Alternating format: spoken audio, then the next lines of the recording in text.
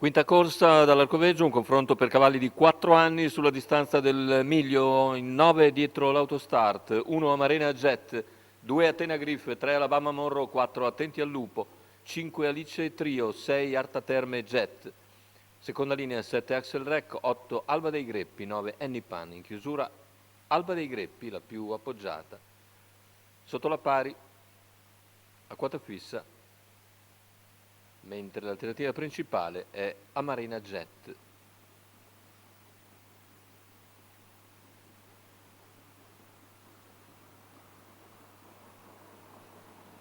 Stacco della macchina con la velocità iniziale di Alabama Monroe che va a condurre nei confronti di Attenti al Lupo che rimane all'esterno per l'inserimento di Amarena Jet.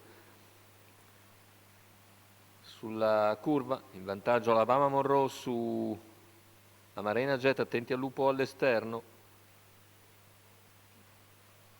Poi Athena Griff, intanto insiste all'esterno, Attenti al Lupo, attacca in 300 metri, si avvantaggia e ottiene strada da Alabama Monroe, nuovo leader quindi Attenti al Lupo, completa il quarto iniziale in un veloce 29 secco, la quarta posizione per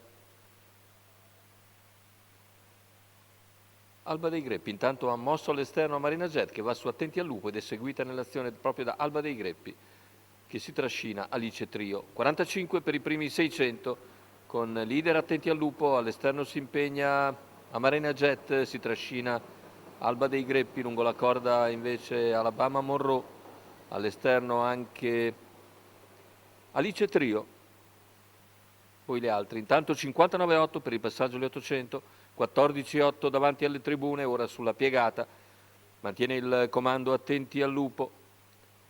All'esterno intanto terza ruota per Alba dei Greppi che al chilometro in 1,15,3 va su Alabama Monroe e Amarena Jet supera per affacciarsi su Attenti al Lupo e attaccare già a 400 dalla conclusione. Il parziale ora in 15 netto.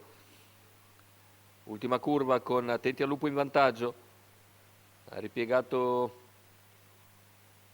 invece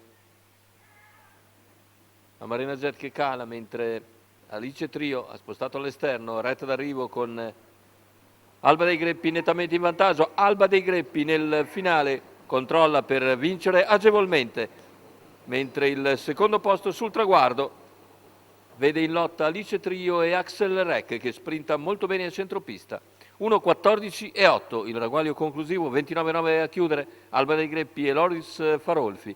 Da favoriti 1,64 la quota contro l'1,85 della quota fissa. Andiamo a vedere nuovamente il replay con il successo che ride a Alba dei Greppi.